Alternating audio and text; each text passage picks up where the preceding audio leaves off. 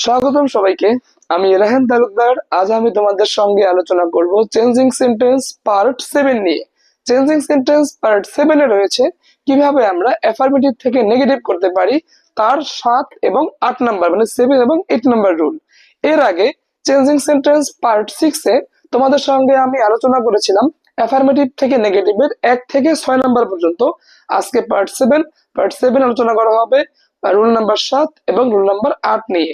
এর আগে changing sentence part 1 থেকে পার্ট 5 অবধি তোমাদের সঙ্গে আমি আলোচনা করেছি অ্যাসার্টিভ থেকে ইন্টারোগেটিভ, ইন্টারোগেটিভ থেকে অ্যাসার্টিভ, অ্যাসার্টিভ থেকে এক্সক্লামেটরি, এক্সক্লামেটরি থেকে অ্যাসার্টিভ এবং অ্যাসার্টিভ থেকে ইম্পারেটিভ করার নিয়ম।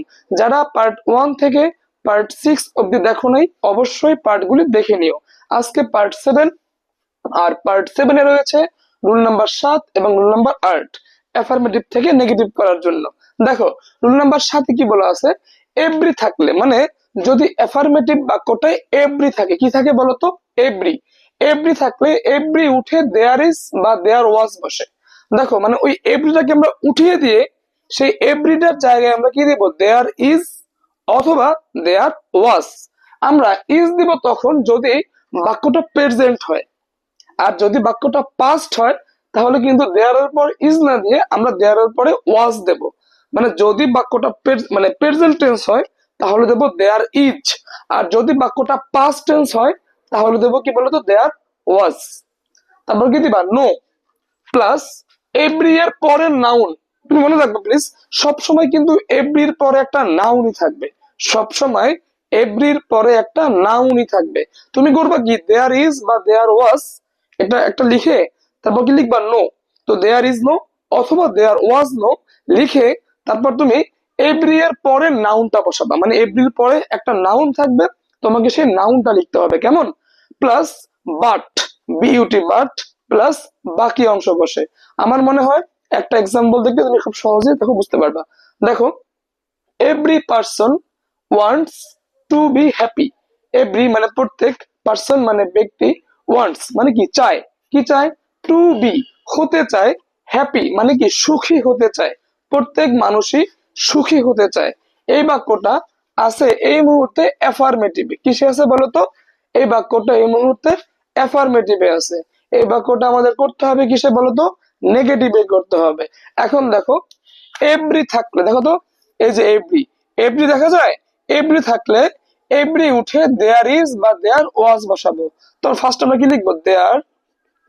এখন আমরা এখানে কি দেয়ার ইজ নাকি দেয়ার ওয়াজ বসাবো, এটা কিন্তু নির্ভর করবে বাক্যের টেন্সের উপরে। দেখো তো এই বাক্যটা কোন টেন্স, এই বাক্যটা কোন টেন্স, এই প্রশ্ন করলে আমরা বাক্যের ভার্বের দিকে তাকাবো। দেখো তো বাক্যের ভার্ব কে, ওয়ান্টস, চাওয়া।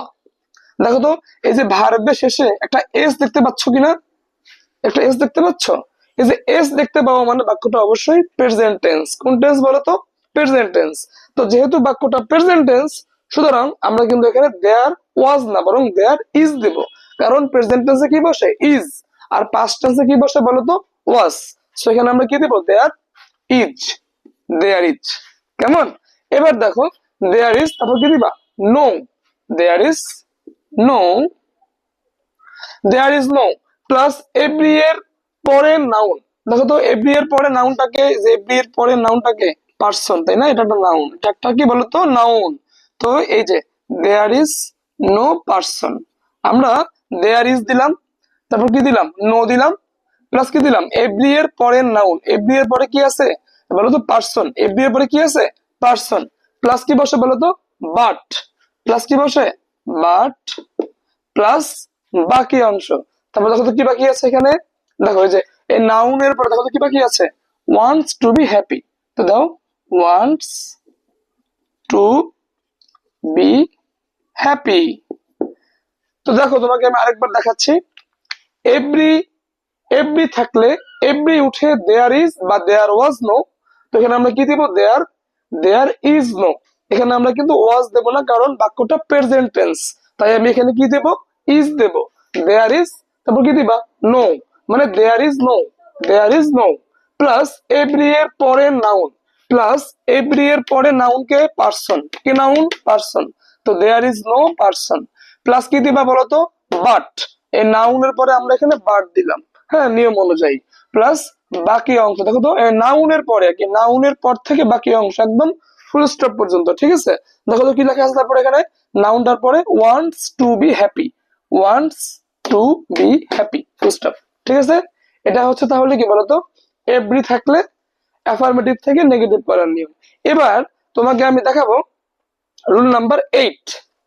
রুল নাম্বার 8 এ বলা আছে এভরি যুক্ত বাক্যে হ্যাভ বা হ্যাজ থাকলে, মানে বাক্যটার মধ্যে এভরি আছে এবং কি আছে, হ্যাভ অথবা হ্যাজ। তো এভরি যুক্ত বাক্যে হ্যাভ বা হ্যাজ থাকলে এভরি উঠে দেয়ার ইজ নো বসবে, আগেরটার মতোই there is no, plus every এর পরে নাউনটা বসবে। এভরি এর পরে অলওয়েজ কিন্তু সব সময় কিন্তু নাউনই থাকবে। তো আমরা এভরি উঠিয়ে দেয়ার ইজ নো লিখবো, তারপর কি লিখবো, এভরির পরবর্তী নাউনটা লিখবো, তারপর হ্যাভ বা হ্যাজ উঠে উইদাউট বসবে, মানে আমরা ওই হ্যাভটাকে উঠিয়ে দিব বা হ্যাজটাকে উঠিয়ে কি দিব, উইদাউট দিব, প্লাস বাকি অংশ। কেমন, দেখো তুমি একটা এক্সাম্পল দেখলে বুঝতে পারবা। দেখো এই দেখো, এই যে এভরিও আছে, এভরি যুক্ত বাক্যে হ্যাভ হ্যাজ, দেখো এই যে হ্যাভ বা হ্যাজ, এখানে আমরা হ্যাজ পেয়েছি।